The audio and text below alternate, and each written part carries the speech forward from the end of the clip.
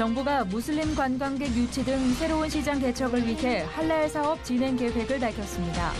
교계는 정부 주도 할랄 사업에 대한 문제점을 지적하고 적극 대응할 방침입니다. 케냐에는 50여 개의 부족 중 27개의 부족이 여전히 미전도 종족으로 분류되고 있습니다. PCEA 케냐 현지 장로교단은 2020 프로젝트를 통해 절대적 미전도 종족의 복음 전파를 위해 기도하고 있습니다. 중앙교회 단기 선교팀의 사역으로 나무 밑에서 예배를 드리던 에티오피아 담보야 지역에 처음으로 교회 건물이 세워집니다. 지역 주민들과 선교사들은 교회를 통한 담보야 지역의 복음화를 기대하고 있습니다.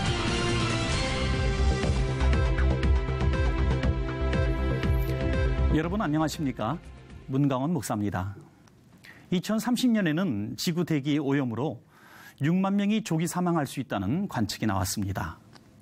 기후변화가 공기 오염을 집중시키면서 사람들의 건강을 위협한다는 건데요.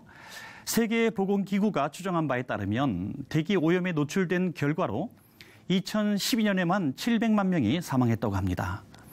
기후변화, 대기 오염 등 모두 환경 문제를 떼어놓고 생각할 수 없는데요.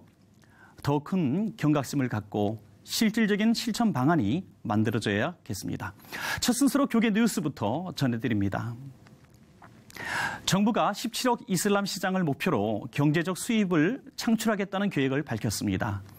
이를 위해 할랄 산업을 진행할 예정인데요. 이 사업에 대한 문제가 없는지 김보림 기자가 짚어봤습니다. 정부가 무슬림 관광객을 모으기 위해 할랄 사업을 주도하고 나섰습니다. 할랄 시장을 통해 새로운 수입을 창출하겠다는 것입니다. 교계는 정부의 이 같은 방침이 수입을 만들지 못하며 결국 무슬림의 대거 유입을 초래할 것이라고 내다봤습니다. 핌 국제선교회 유혜석 대표는 이슬람을 타겟으로 추진할 할랄 식품 사업이 결국 국내 거주하는 무슬림에게 국한될 것이라고 분석했습니다. 그런데 할랄 음식을 만들어서 수출하겠다고 얘기했지만 실제로는 국내에서 수요되고 있는 것이 많아요. 그리고 할랄 시장 자체가 이미 다국적 기업군이 다 장악을 하고 있는 것이기 때문에 한국 기업이 들어가서 그 할랄의 좁은 문을 연다는 것은 실제로 어려운 문제예요. 그렇기 때문에 결국에는 한국 사람들이 할랄을 먹는 것으로. 국내 무슬림에게로 국한될 할랄 사업을 정부가 키우는 것에 대해 교계 지도자들은 특정 종교를 비호하는 종교 편향 정책이라고 지적했습니다. 이에 따라 부여군 기독교연합회와 교계는 할랄 사업에 문제가 있다고 지적하고 할랄 육성 정책을 철회할 때까지 부여 할랄 도축장 반대 범시민연대를 중심으로 지속적인 간담회와 포럼을 진행할 방침입니다. 이처럼 교계의 반발과 우려 속에서도 정부가 지속적으로 할랄 사업을 추진할지 귀추가 주목되고 있습니다. C채널 뉴스 김보림입니다. 이어서 그 밖에 교계 소식 전해드립니다. 예배 기획자들로 구성된 한국예배기획연구원은 2017년 예배기획자 컨퍼런스를 7일 새신교에서 열고 교회 상황에 맞는 예배기획법의 필요성을 주장했습니다. 컨퍼런스에서 전 다리 놓는 사람들 대표 박정관 목사는 교회는 예수 그리스도를 주로 고백한다는 한 가지 공통점 외에 모든 시대와 지역적인 문화적 다양성이 허용되는 공동체라며 교회가 예배의 문화적인 차원을 생각해 이 세상의 움직임을 민첩하게 파악하면서 세상의 필요에 대한 하나님의 응답에 늘 깨어 있어야 한다고 밝혔습니다. 한국 YWCA 연합회와 한국시티은행이 배우고 체험하는 청소년 금융교육을 위한 금융생활 체험교실 퍼핀을 열고 상설 운영을 시작했습니다. 퍼핀 금융교실은 청소년들이 금융지식 관련 애니메이션 영상을 사전에 시청해 개념을 스스로 학습하고 수업에 참여하는 방식으로 구성됐습니다. 사랑의 교회가 집중폭우로 피해를 입은 충청북도에 특별 구제 헌금 5천만 원을 전달했습니다. 사랑의 교회 측은 부족하지만 사랑의 교회 교인들의 마음을 모았다며 하나님의 은혜 가운데 수재민들의 상처 입은 마음이 치유되도록 잘 사용해달라고 전했습니다.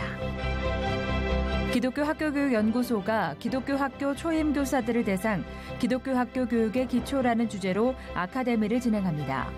관계자는 이번 교육 과정을 통해 교사가 학교 현장에서 직면하는 문제를 동료 교사들과 함께 기독교적으로 협력해 해결할 수 있는 길을 제시할 것이라고 밝혔습니다. 부산 늘빛교회가 고신대학교에 고신대 경건훈련원을 위한 발전기금 500만 원을 전달했습니다. 늘빛교회 황성표 담임 목사는 고신대 경건훈련원이 말씀과 기도운동을 통해 학교와 한국교회를 새롭게 세우는 일에 함께할 수 있어서 기쁘다고 밝혔습니다.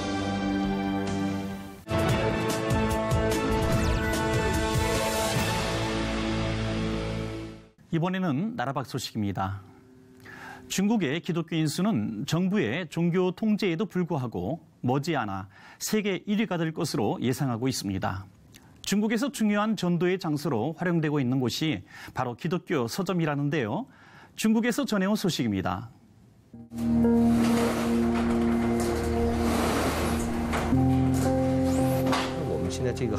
This is a budding industry, just like the first light of dawn. In the world's most populous nation, there is still a lot of darkness here that is suppressing the light. technically still communist and officially atheist, We have seen God open the doors, and He wants us to be a light. comes the story of a mission to reach China's masses with God's word. God wants us to be like the light of dawn, and as that light grows brighter, the darkness will recede. Joseph Tui is a pioneer of sorts. In 2004, he opened one of China's first legally registered Christian bookstores. Life was very difficult when we first started. The bookstore was practically sustained with money from many secret brothers and sisters in the Lord. Tui says Christian books were scarce and anyone caught with the Bible went to prison. Still, missionaries smuggled Bibles and other Christian literature into the country, putting themselves at great risk. Christians used to come to my bookstore in those early days, asking all kinds of questions like, do you have this book? Do you have that book? Do you have books written by these authors, that author? After hearing several no's, they would say, what kind of bookstore is this? Government attitudes began to shift about 15 years ago when authorities noticed how many Chinese people were turning to Christ. This led to less restrictions on publishing companies. It also gave birth to a small industry of which Xu Qixing was excited to join. In 2002, he opened the first Christian bookstore in Shanghai, called Stairs to Heaven. When we opened, we only had one book in each section of the shelves, altogether 50 books, each on the shelf with a gift product on either side. We would feel so happy when one book was sold out. That same year, Chen Xiaoping opened her shop called Jehovah Nissi in the port city of Xiamen. We knew bookstores could be a very good platform to reach people, better than many other places because you get to know people's spiritual needs.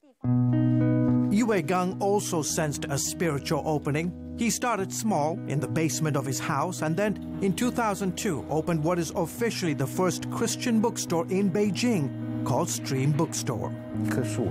We got the name from Psalm 1, which says, if a tree is planted by the water, its leaf does not wither. Our bookstore is like a tree, which can only grow with God's watering and care. We invest a little, but our spiritual returns are many. Since then, Christian bookstores have flourished. There are about 250 licensed Christian bookstores today operating in China, but many of them quickly realized that in order to survive and thrive, they had to change technologically. My mother would ask me, you've been losing money since you started the company. What the heck are you doing? But I knew I had to do it, despite the financial risks. In 2008, Wang Shaipei started the first online Christian bookstore in China. Like the others, starting out wasn't easy, but Wang persevered. I prayed about it for 8 months. The more I prayed, the more I was sure of God's guidance. I knew the church and the gospel in China were rapidly changing, so it was the right time for promoting the ministry of the word. Christian bookstores have now become a place of active evangelism and outreach. In bookstores, you get to know all kinds of people from different places. You can help people connect with each other, make new friends, and bless each other. We're not in this to make money. We don't have a high input-output ratio, but this is about an investment into the souls of men. Still, Xu and others say the Christian publishing door is not completely open, and significant challenges remain. 2 years ago, Chinese authorities dealt a huge blow to Christian bookstore owners, severely restricting the number of Christian titles that could be published each year. It dropped from 200 titles a few years ago to 80 last year. As of this year, the government has only issued 20 titles. The government is worried that giving us more publishing titles could greatly increase the number of Christians and could somehow impact social stability of our country. However, I think the authorities know that the growth of Christianity actually makes our society better, and eventually they will change their attitudes. Despite these challenges, Wang and others press on, knowing God is moving in China. And all they have to do is to remain faithful. God will continue to hold us up by His grace and hold us until we complete the great vision. 다음 소식입니다. 전 세계적으로 여전히 수많은 미전도 종족이 있습니다. 이들을 위해 세계 곳곳의 선교사님들이 최선을 다해 섬기고 있는데요. 오늘은 아프리카 케냐의 미전도 종족 이야기를 들어보려고 합니다. 케냐의 강인중 선교사님 전화 연결되어 있습니다. 선교사님 안녕하십니까? 네, 안녕하세요. 강인중 선교사입니다. 네, 반갑습니다. 특별히 선교사님은 투르카나족에게 복음을 전하기 위해 애쓰고 계신다고 들었습니다. 투르카나는 어떤 부족인가요? 네, 투르카나 부족은요. 케냐 북서쪽 투르카나 호수 주변에 거주하는 절대적 미전도 부족 중의 하나입니다. 주로 광야와 준사막 지역에 거주하고 있고요. 이 투르카나 부족을 절대적 미전도 부족이라고 불리우는 이유는 세 가지인데요. 그 첫째는 아직까지 개발이 안 된 지역, 즉 자연적 생활 환경에서 살고 있고요. 또 하나는 일반적인 교육을 받지 않는 사람들이고, 또 세 번째는 현재까지 복음이 들어가지 않는 지역에 살고 있는 부족들을 절대적 미전도 부족이라 이렇게 부르고 있습니다. 바로 이 투르카나 부족이 절대적 미전도 부족 중에 하나입니다. 절대적인 미전도 종족이라고 말씀해 주셨는데요. 케냐 안에도 여전히 미전도 종족이 많이 있죠. 어떻습니까? 네, 케냐에는 50여 개 부족으로 구성이 되어 있는데요. 그중에 27개 부족을 아직도 미전도 부족으로 분류하고 있습니다. 그리고 그중에서도 약 10개의 부족은 절대적 미전도 부족으로 분류하고 있죠. 이들 대부분은 광야와 준사막 지역에 거주하고 있고요. 아직도 복음이 들어가지 않아 교회가 설립되어지지 않았거나 또 복음 전파율이 아주 미진한 부족들입니다. 이러한 부족들이 아직 케냐의 여러 곳에 산재해 있습니다. 네, 그렇군요. 그 많은 미전도 종족 중에서 그래도 투르카나족에게는 복음이 들어가기 시작했는데요. 현지 부족들을 위한 교회도 설립돼 있다고요? 네, 저희들이 그 투르카나 부족을 비롯해서 이 미전도 부족에게 복음을 집중적으로 전하고 있습니다. 제가 함께 사역하는 현지 장로 교단에 랜데니 보드라고 하는 미전도 개척 선교단이 있는데 이 선교단과 함께 저희가 2020 프로젝트라고 해서 2020년까지는 어떻게 하든지 복음이 들어가지 아니한 지역에 복음을 전해서 교회를 세우고자 하는 그런 프로젝트를 진행 중에 있습니다. 지금 저희 선교부에서는 그리고 투르카나 현지 사역자들과 함께 교회를 세우고 복음을 전하고 있습니다. 우리 이러한 세워진 교회들을 통해서 복음이 더욱더 확산되어지고 든든히 서갈 수 있도록 기도를 하여 주시기를 부탁드립니다. 네, 기도하시는 전도 사역들로 인해서 복음이 전해지고 확산되기를 저희도 함께 기도하겠습니다. 선교사님 말씀 감사합니다. 네, 감사합니다.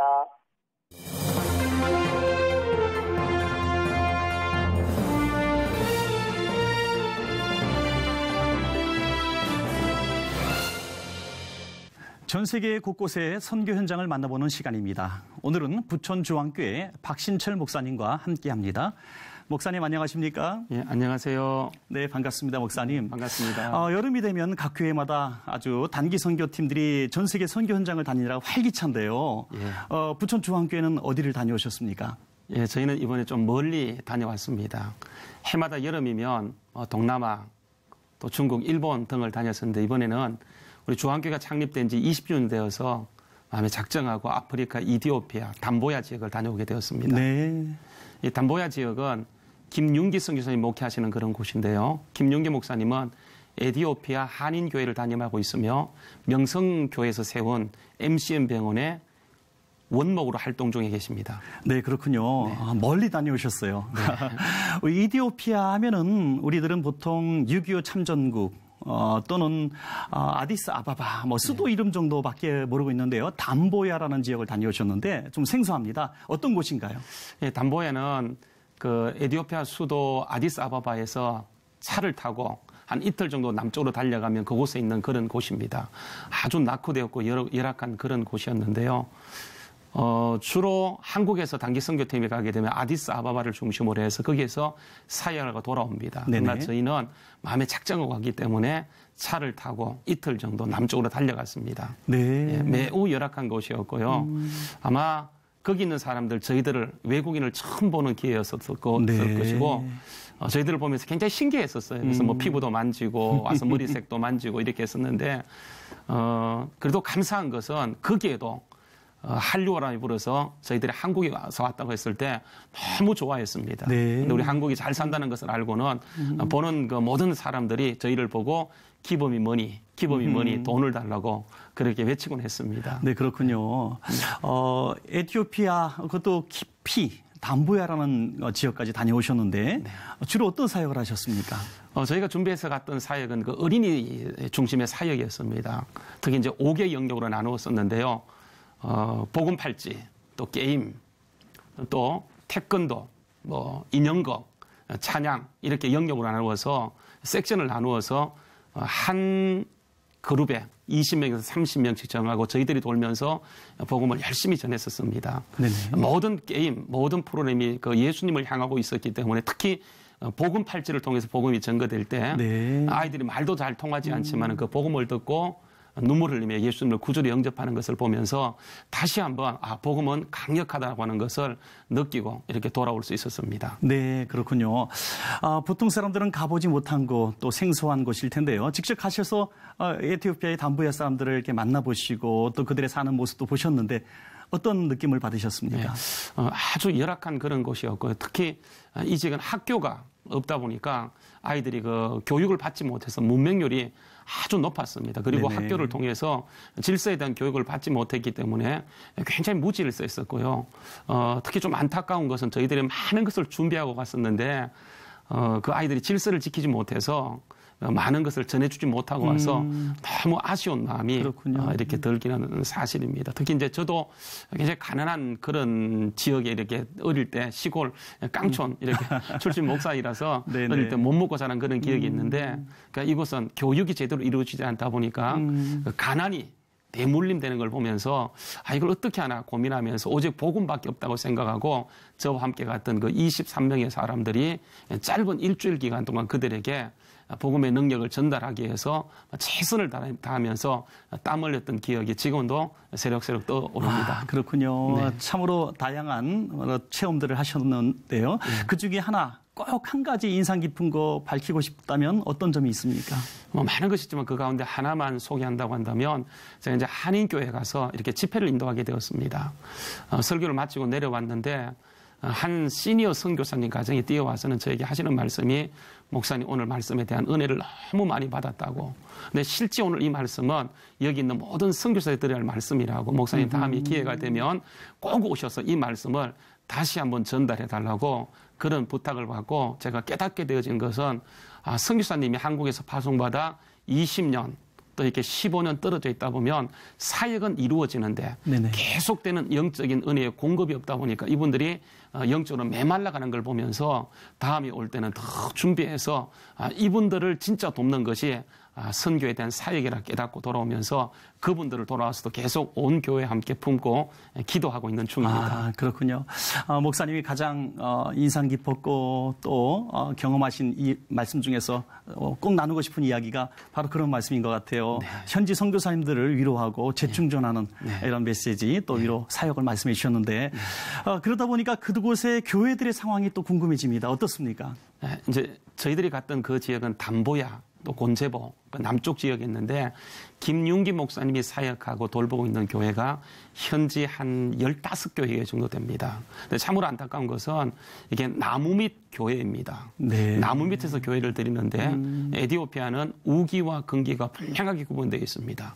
근기에는 모여서 예배를 드리는데 비가 오게 되면 그들이 한 5개월 정도 예배를 드리지 못해서 그렇군요. 말만 교회가 있을 뿐 교회가 없는 교회들, 교인들이 없는 교회가 아주 많았습니다. 그런데 그 가운데 한두 교회 정도는 작지만은 교회 건물이 있었기 때문에 비가 오더라도 열심히 예배를 드림으로 이 교회가 건강하게 성장하는 걸 보면서 정말 이곳에 필요한 것이 작지만은 교회를 지어주는 것이 참 필요하다고 생각해서 네.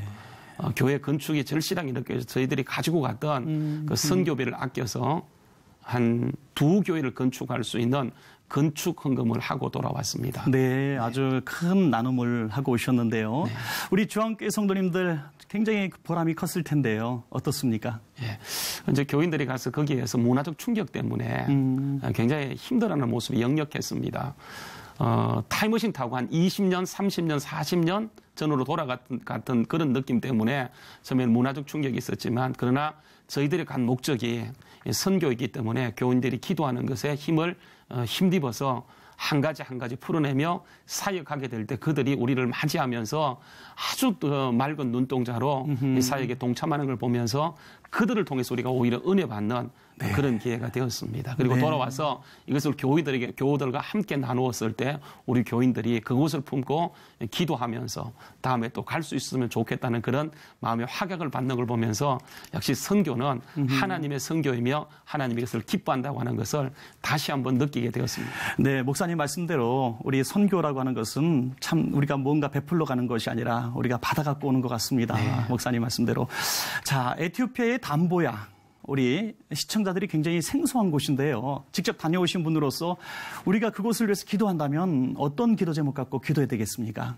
네, 특히 이제 그 지역은 학교가 없는 그런 지역입니다. 학교가 있더라도 아주 열악한 환경 속에 있기 때문에 학교를 만약에 세운다고 한다면 그 지역에 많은 아이들이 교육을 통해서 그 문명도 깨우치게 되고 또 그 학교가 만약에 기독교 학교가 되어진다고 한다면 네.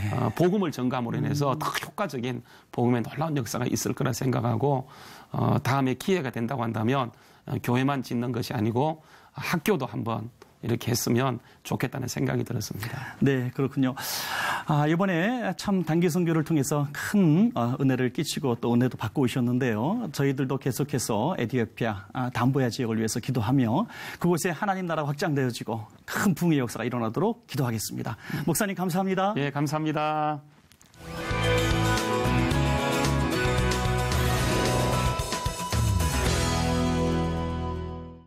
폭염 때문에 요즘은 손에 가지고 다니는 휴대용 선풍기가 인기인데요. 선풍기 날에 상처가 나거나 기계가 폭발하는 등 안전사고가 끊이지 않는다고 합니다. 사용하시는 분들은 각별히 조심하셔야겠습니다. C채널 매거진 굿데이는 여러분이 함께하는 방송입니다. 아래 전화번호와 이메일로 언제든지 연락 주시기 바라고요. 인터넷을 통해서도 저희 방송을 다시 보실 수 있습니다. 오늘 순서는 여기까지입니다. 시청해주신 여러분 고맙습니다.